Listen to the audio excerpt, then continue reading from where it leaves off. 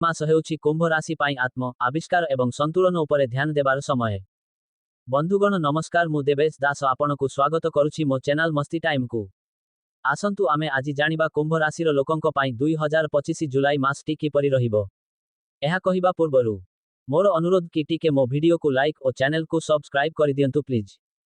बंधुगण ध्यान दियंतु, कुंभ राशिर लोकंक पाई 2025 जुलाई मास मिश्रित फल देबाकु जाउछि। एही मासरे आत्म विश्लेषण, कल्पना एवं भावनात्मक संतुलन उपरे ध्यान दियाजिबो। कार्यक्षेत्र रे आपनकु किछि समस्यार सम्मुखीन हेबाकु पड़ी पारे। एठारे किछि गुरुत्वपूर्ण पॉइंट अछि। कैरियर एवं कार्य। कैरियर रे सफलता मिलिबार संभावना रहिछि। जणे गुरुत्वपूर्ण व्यक्ति आपनक प्रतिभाकु चिन्हि पारिबे। किछि आह्वान सुजोग आकार रे आसी पारे। आपनकु धैर्य एवं सच्चोटतार सह कार्य करिबाकु परामर्श दिया जाइछि, जाहा दीर्घकालीन भित्तिरे लाभदायक हेबो। एक गोष्ठी प्रकल्प एक बड़ सुजोग होई पारे। चाकिरियांक दरमा वृद्धि पाइबो। व्यवसाय रे मध्य आपनकु भल लाभ मिली पारे। 2025 मसीहा जुलाई 9 तारिखरे गुरु बृहस्पति अस्तित्व अवस्थारु उठिबे।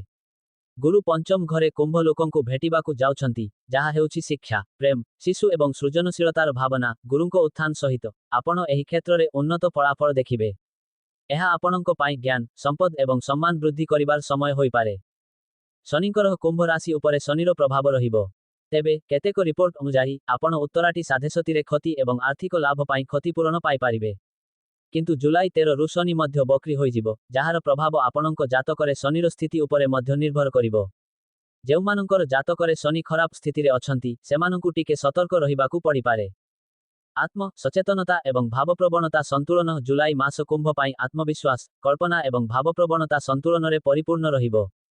निजर दैनंदिन व्यस्ततारु बाहरी निज स्वप्नकु साकार करिबा पाई आपणकु काम करिबाकु पड़िबो। संपर्क एवं व्यक्तिगत विकास। संपर्क एवं व्यक्तिगत विकास पाई एही मास भल रहिबो। प्रेम संपर्क गभीर हेबो एवं अविवाहित लोकमाने एक बुद्धिमान साथी पाई पारिबे। विवाहित दंपतिमानंक पाई एक परिवार आरंभ करिबा विषय रे विचार करिबा पाई एहा एक भल समय होई पारे। कर्कट स्वास्थ्यकु नै आपणकु टिके सतर्क रहिबाकु पड़िबो। एहा मधुमेह एवं उच्च रक्तचाप भली स्वास्थ्य समस्या सृष्टि करि पारे। निजर शारीरिक एवं आवेगिक सुस्थतार जत्न नेबा गुरुत्वपूर्ण हेबो। कैरियर एवं व्यवसाय। आपणक कठिन परिश्रम आपणक कैरियर रे फलप्रद हेबो एवं कौनसी गुरुत्वपूर्ण व्यक्ति आपणक प्रतिभाकु चिन्हि पारिबे। चाकिरी रे थिबा व्यक्तिंकु नुआ दायित्व मिली पारे। तरल पदार्थ सहित जड़ित व्यवसायी माने उपकृत हेबे। तथापि व्यवसाय रे बड़ निष्पत्ति नेबा पूर्वरु भल भाबरे चिंता करिबा आवश्यक। जुलाई 15 रु 16 परे नूतन चाकिरी मोट मध्य भल देखा जाउछि। आर्थिक स्थिति आपणक सपक्षरे रहिबो। आपण आयर नूतन उत्स खोजिबा किंबा व्यवसाय संप्रसारण दिगरे पदक्षेप नै पारंती। तथापि शनि मध्य अप्रत्याशित खर्च सृष्टि करि पारे, तेणु सावधानतार सह बजेट करिबा गुरुत्वपूर्ण हेबो। एही सबु विषय प्रति ध्यान देबा उचित।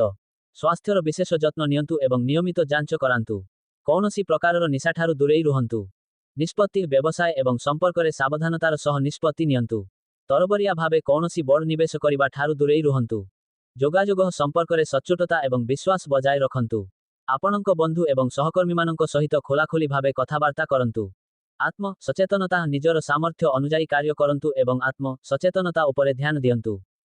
आर्थिक स्थिति भल रहिबो, किंतु विपदरु दूरेई रुहंतु। दीर्घ समय धरी अटकी रहिथिबा टंका आपणकु फेरस्त मिली पारे।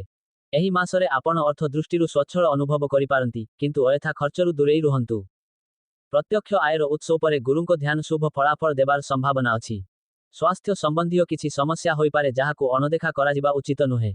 मधुमेह एवं रक्तचाप समस्या आपणकु व्यथित करि पारे, तेणु सतर्क रुहंतु। आपणकु निज शरीर एवं मनकु डिटॉक्सिफाई करिबार आवश्यकता रहिछि। आराम करिबा गुरुत्वपूर्ण। प्रेम एवं संपर्क। प्रेम संपर्क गभीर हेबो एवं अविवाहित व्यक्ति माने जणे बुद्धिमान साथी पाई पारिबे। आपणक जीवनसाथींक स्वास्थ्यर विशेष जत्न नियंतु एवं नियमित भावरे सेमानंकर जांच करांतु। संपर्क रे सच्चोटता एवं विश्वास बजाय रखंतु। प्रेम मामलारे आपणकु सतर्क रहिबाकु परामर्श दिया जाइछि। वैवाहिक जीवन रे सुख बजाय रहिबो एवं साथींक सहित चालिथिबा भूल बुझामणा दूर होई पारे। परिवार सदस्यंक सहित भल समय बिताइबे। गुरुत्वपूर्ण परामर्श। आपणकु आत्म सचेतन हेबाकु एवं निज सामर्थ्य अनुजाई कार्य करिबाकु परामर्श दिया जाइछि। एही समय रे आपणक सामर्थ्य बाहरे थिबा बड़ बड़ स्वप्नरु दूरेई रुहंतु। निज प्रवृत्ति उपरे विश्वास रखंतु।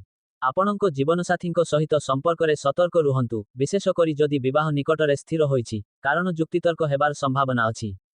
मोटामोटी भावे जुलाई मास हेउछि कुंभ राशि पाई आत्म आविष्कार एवं संतुलन उपरे ध्यान देबार समय। ଆପଣଙ୍କୁ ପରାମର୍ଶ ଦିଆଯାଇଛି ଯେ ଆପଣ ନିଜର ଆଭ୍ୟନ୍ତରୀଣ ଶକ୍ତିକୁ ଚିହ୍ନି ସ୍ୱପ୍ନର ଦୁନିଆରୁ ବାହାରି ବାସ୍ତବତାରେ କାମ କରନ୍ତୁ। ଧନ୍ୟବାଦ।